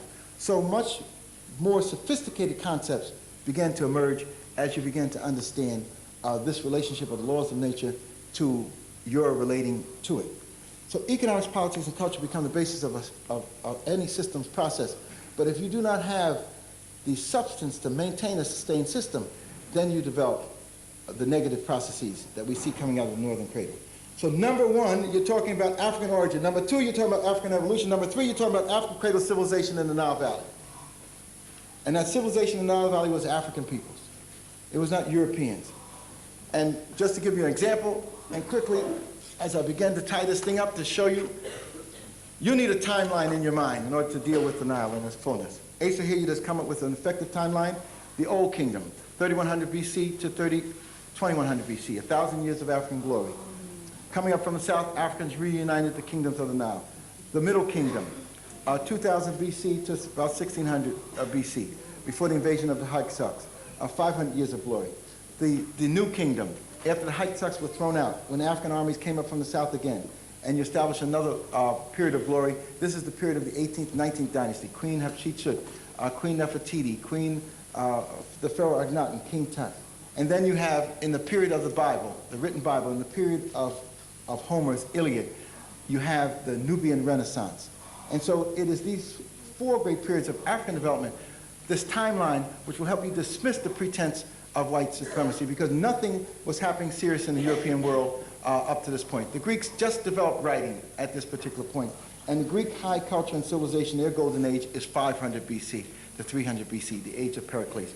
Those Africans who developed these great things included the Pharaoh Zoser, and this is the African who paired himself with his Prime Minister Imhotep to build the step pyramid of Saqqara. And this is a brother, full lips, full nose. This is Michael Jackson before he went into demolition and reconstruction of the African nation. Then you have the Sphinx, another great dynasty of pyramid builders, Khufu, Khafra, Menkaure. And again, building to the God concepts. And the Sphinx is a temple guarding this process. And again, the transformation, the perfectibility of Africans. The animal body relates to the human head, and within the human head is the consciousness of God. 3 elements of the perfectibility and the transformation. That's what African education is about. That's what the ritual's all about. The naming ceremonies, the manhood ceremonies, moving into young adulthood, moving into active leadership, moving into senior status as elder, and then moving into the ancestral realm. After the Old Kingdom faded, then you had a period of decay, but up from the south again come the African armies, led by this African and his family, Mentuhotep II. And again, another great walk in the sun took place with the Africans of the Nile Valley. Now what the Europeans are saying, well, these people are not Africans. Well, we don't have to go into a color game. If they wanted to paint them white, they had the white paint to paint them. But let's not look at the color. Look at those feet. If those are not sizable African feet, then I don't know what they are. Mentuhotep opens up the Middle Kingdom. And in that new Middle Kingdom included great Africans such as Khepri Kare, Wenseret, the first, 12th dynasty. And he is credited with having founded Athens. But again, another great African symbol and image. Then after the Hyksos invasion, the Africans come into a new empowerment. But before that, after Mentuhotep, you had Africans on the throne 1800 BC. This is Amenemhotep III. If this dude is not African, who is African?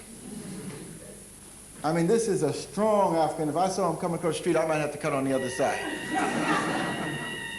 If you can't take Amenemhotep III front view, then take him side view. This is the brother with his golden locks. Many of the royalty and the priests and priestesses had royal wig locks. This is the brother front view. This is the brother side view. This one was on the throne at the time they say Abraham left Ur in Chaldea with a few families of the ancient Hebrews. So we've got to begin to piece that family together of Africanness to understand, but it's going to be difficult. Because the European gives you to you in bits and pieces. He does not want you to have a synthesized understanding of family. After the Hyksos invasion destroyed the Middle Kingdom, then you had the New Kingdom. The family of Ahmes Nefertari came up from the south, threw out the invaders, and established another great walk of glory. This great woman sitting on the throne 1550 BC. She's not in the history books. Ahmes Nefertari. Not the Nefertari that was the wife of Ramses. This was on the throne 400 years before Ramses and his great queen, Nefertari. After her came the Tutmosis, and Tutmosis III, a famous great pharaoh. His father was a great man, and his sister, Hatshepsut, an extraordinary woman in history. None of these Africans in the history books as Africans. We need to see the African family in all of its majesty, because that's the key to any developments that we are going to talk about. And the European won't want us to have a family view, because if he does, it destroys white supremacy. We get it in bits and pieces as a fragmented knowledge. We learn about King Tut. Every schoolboy learns about King Tut, the boy king. Well, if he was the boy king, where was his family? King Tut married. He married, in fact, the daughter of Nefertiti, Ankhesemen. So how come you don't see him with his royal family? Nefertiti had 6 daughters. She was the mother-in-law of King Tut. How come you always see her by herself and you always see him by yourself? You never see them connected. Could it be if you connected it up and put that African family together, the biological family and the spiritual family and the royal family, the truth could really be told about Africanness? Nefertiti didn't produce the 6 children herself. She had a husband. Her husband was one of the greatest men in history, the pharaoh Akhenaten, who raised anew the concept of the oneness of God and became a crucified savior. Akhenaten, whose father expanded the great lodge of Luxor, built the great court in 1400 BC. His wife, Nefertiti, one of the great women, but Nefertiti was not African. She was a mixed African-Asian background coming from Mitanni. She was brought into the Nile from outside in an area near Turkey as a diplomatic marriage. Who arranged the diplomatic marriage? The diplomatic marriage was arranged by the mother of Akhenaten. And when you see this mother, you'll understand why they want to keep it in the dark, and they don't want the whole family shown. The mother of Akhenaten is one of the most powerful women in the history of the world, Queen T of Nubia. She sat on the throne of Egypt with her great husband, Amenemhotep III, for almost 30 years. Their statue is in the Cairo Museum, one of the greatest museums in history. It's a 2-story statue, the largest in the Cairo Museum. She's sitting with equal majesty with her great husband. She saved the throne for her great son, the Pharaoh Akhenaten, who was one of the crucified saviors. She arranged for the diplomatic marriage with Nefertiti. How come this woman's picture is never put in the equation? If you put this Nubian in the equation, the lie of white supremacy and the truth of Africanness is revealed.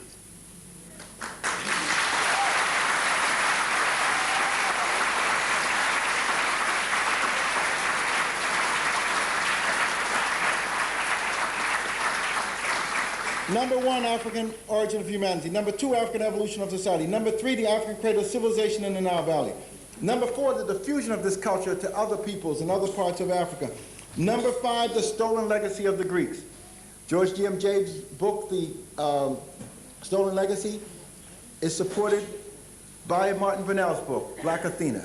Dr. Ben's books dealing with the Africans of the Nile, and Africa, the mother of civilization, and the African origin of the major Western religions. Number 6, the African heritage of Judeo-Christianity, Islam.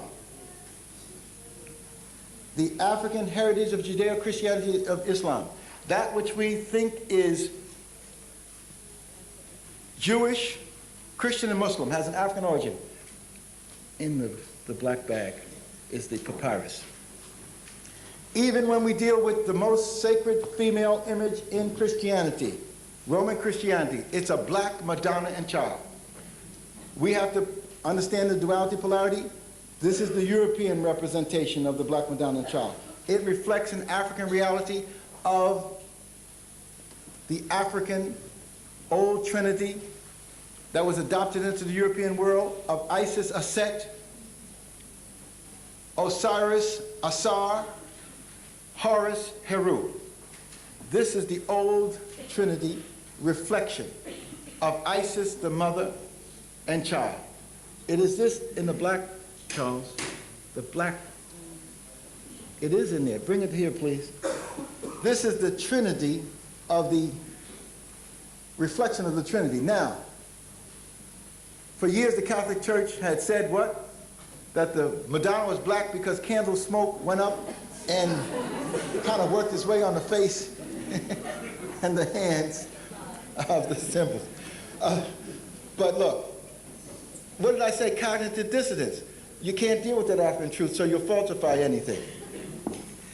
When we deal with the African truth in terms of the books, the Epper's Medical Papyrus, the Edwin Smith Medical Papyrus, the Rin Mathematical Papyrus is in the British Museum. When I went there in September and we asked them, could we get copies of the Rin Mathematical Papyrus, this book, on the oldest known mathematical book of its kind.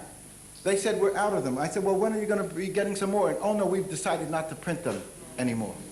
How can the British Museum, which has upstairs on the second floor the Rin Mathematical Papyrus, not print the books relating to it? I tell them, I know 1,000 people in America that would buy a copy of this today.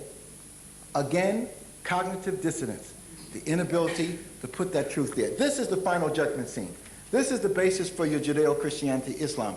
This is the individual Ani who has died. His heart is weighed against the feather of truth, the scale of justice. But justice for the African is not a blind thing with a woman with a blindfold. Justice is something with your eyes wide open. In fact, it's not only with your eyes wide open, it's so deep that you've got to have a sixth sense. So justice is represented by the Anubis figure, because the jackal has this sixth sense of taking meat and burying it and then understanding and knowing when to go get it before it becomes putrefied and poisoned. So the symbol of looking at your conduct is a deeper sense than even your actual vision. You have to look deeper than that. So the jackal-headed figure is there, so that when your heart is weighed against the feather of truth, the 42 commandments, people will really know what was your intent. When you have passed the judgment scene, you are led into the presence of God by the Son of God, Horus. But you're recorded, your deeds are recorded by Tahuti. That's Peter at the pearly gates with the book of deeds. And then you're led by the Son of God into the presence of God. And there is the figure Horus with his wife Isis. The oldest trinity, Isis, Osiris, Horus. This is your tradition. These are your deep philosophical traditions that they've kept away from you. African stolen legacy of the Greeks. Number 6, the African heritage of Judeo-Christianity, Islam. Number 7, the African factor in Islamic civilization. Many of the books of significance and importance that have to be written, the second rise of Europe is directly attributed to the African Arab Moorish culture that comes across North Africa, then goes up into Europe.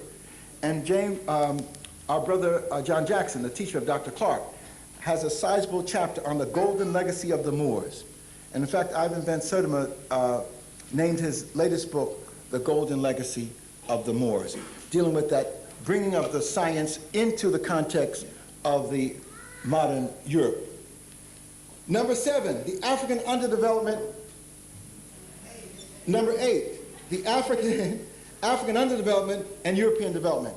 That becomes part of the thesis that our brother Walter Rodney outlined, and how Europe underdeveloped Africa, and how the Europeans created a system of development based upon the destruction of African peoples and the genocide of Africans and Native Americans and the taking of the Native American lands.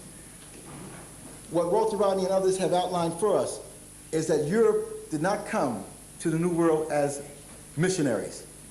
They came as mercenaries. They came with larceny in their heart. Christopher Columbus had signed a contract with the Queen of Spain that he would get a percentage of all wealth discovered. He would be the governor, viceroy of the lands, and admirals of the seas. This is a man who knows there are other people out there, and he's already signed contracts to dominate them. He came with a fleet of men armed with larceny in their heart. The Native Americans, thinking spiritual, thought this was some spirit force that had come among them, and didn't realize that a devil force had come among them. As a result, millions of Native Americans, tens of millions, lost their life in the genocidal process. But listen to good white people. Native Americans were dying not only because the Europeans took their land and was working them to death in the mines, etc., but the European came as a diseased body, diseased mind and diseased body. Europe had been devastated in the period before by what I call a period of Europe being land poor, resource poor, and people poor. The 1,000 years of the so-called dark ages of Europe, the period where Europeans' economy had failed after the fall of Rome, the period where the European political structure had been fractionated with princes and kings fighting each other, and the period where everybody's living on a hill behind the moat, the period where the culture was so dominant by males that even when they went off on the Crusades, the males came up with this process of locking their women with chastity belts. But even more devastating than that was the killing of tens of thousands, hundreds of thousands, if not millions of European women on the altar of this male insanity.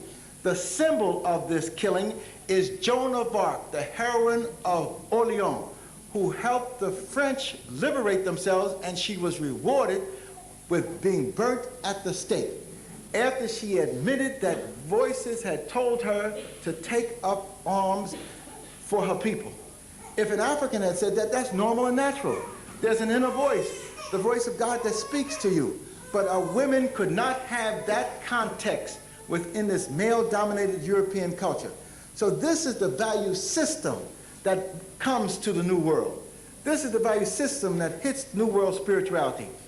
And one priest, Bartolomé de las Casas, seeing the Native Americans being devastated, comes up with a solution, a typical white man solution, a typical good white man solution. To save the Native American souls for the Catholic Church, he devised a plan to bring over Africans who have no souls to save, and pleads with the Church in Rome and the Spanish throne, and they eventually institutionalize this with the Asiento contract that allows for the Spanish to bring over a certain number of Africans for the enslavement process. So in the 1500s, the beginning of this devastation takes place and continues for 400 years. The destruction of Africa, the wars and the devastation. So for us, number 8 is African underdevelopment. For the European, it becomes the development of Birmingham, Manchester, London, Liverpool, and Bristol. Number 9, the African influence in the making of the Americas. This becomes very important because often we think that African peoples just came as slaves. They may have come in chains, but they did not come as slaves. They came as free people. They may have come as slaves in chains, but they did not come as slaves. And when we put an analysis to it and understand the system of white slavery that was in place hundreds of years, if not 1,000 years before African slavery, white slavery, the Slavic peoples being enslaved by the Catholic Church with Jewish merchants selling these peoples into Arab enslavement. The term slavery comes not out of the African context, it comes out of the Slavic people's context. So if you want to equate anybody with slavery, equate the Slavic peoples with slavery. But you have to have a systems analysis to understand this. You have to not only understand the African context, but you have to understand the European context. White slavery in Europe, white feudalism in Europe, white devastation and war and destruction, white Viking raids, white crusades laid a foundation for this European. coming on the world stage with this devilish mentality and mindset. And wherever he went, he destroyed. He went to Australia, he destroyed. He went to the New Zealand, he destroyed. He went to the Americas, he destroyed. My peoples are not only African, as that's my main root, but Native American. And the Native Americans opened up their arms to the Europeans and were rewarded by the taking of their land, the raping of their women, and by putting themselves into a complete limbo, meaning on reservations where they are devastated and dying out as a people. This is the legacy of Europe. This is the African Holocaust. And we have an obligation to find the strength to change all of that so we can create a new world. And that's what the African influence in the making of the Americas is all about. There was a pre-Columbian influence, but number 10, the African factor in the modern world becomes key. Africa was central in ancient times, in the most significant of ancient times, in the classical ancient times, in the medieval times. Africa was central in the enslavement times. Africa was central in the development of capitalism in the Western world. Africa has been essential in the struggle between East and West, and Africa is essential for the future. No one can march into the 21st century thinking of high tech without Africa at the center. So it's up to Africans to make sure that what we develop in the 21st century is not a prostitution of how the human family should live together, is not a remake of the devastation that the European has left us, where he's polluted the waters, the lakes, the rivers.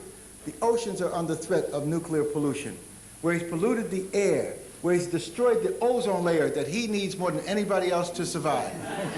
We have to make sure that as we march into the 21st century, we pull together an understanding of our deep traditions and values of African, Asian, and Native American peoples. But it's not going to be easy. The challenge is out there for you. We can't let the presence of Europeans block us from doing what we have to do. We need to commune in our secret societies, but let's form them. But when we have an open forum, let's bring out the truth and let's deal with that. But whatever we do, it's going to be a struggle. Dr. Wade Nobles has been struggling, but he's come up with a formula that will help us. African educational practice. Dr. Jeffries has been fighting this fight. In fact, when I went to Geneva in '83, I analyzed South Africa. And this is one of the documents we have analyzed South Africa. It's a book that I did in reference to South Africa. Wade Nobles has come up with African educational practice, how we put the African center and make it work for us. Dr. Clark has produced a baseline essay, which the Europeans are upset about, which this is the formula for how you put African history together, and this is his course outline, a 30, 40-page course outline by Dr. Clark. Our brothers and sisters have accepted the challenge. Now the question is, are you ready? The world is looking for African peoples wherever we are to stand up and be counted. But it's going to be difficult. But if you remember, as Frederick Douglass said, fighting his way out of enslavement, if there is no struggle, there is no progress. Those who profess to favor freedom yet deprecate agitation are men who want the crops without plowing up the ground. They want the rain without the thunder and lightning. They want the ocean without the awful roar of its many waters. Power concedes nothing without a demand. It never did, it never will. Find out just what many people will quietly submit to, and you have found out the exact measure of injustice and wrong which will be imposed upon them. And these will continue until they are resisted with either words or blows or both. The limits of tyrants are prescribed by the endurance of those whom they oppress. These are the words of freedom and struggle coming out of our community. We don't have to look to Marx and Engels and other folks for our analysis. We need to get into our traditions and find new strength. Thank you, brothers and sisters.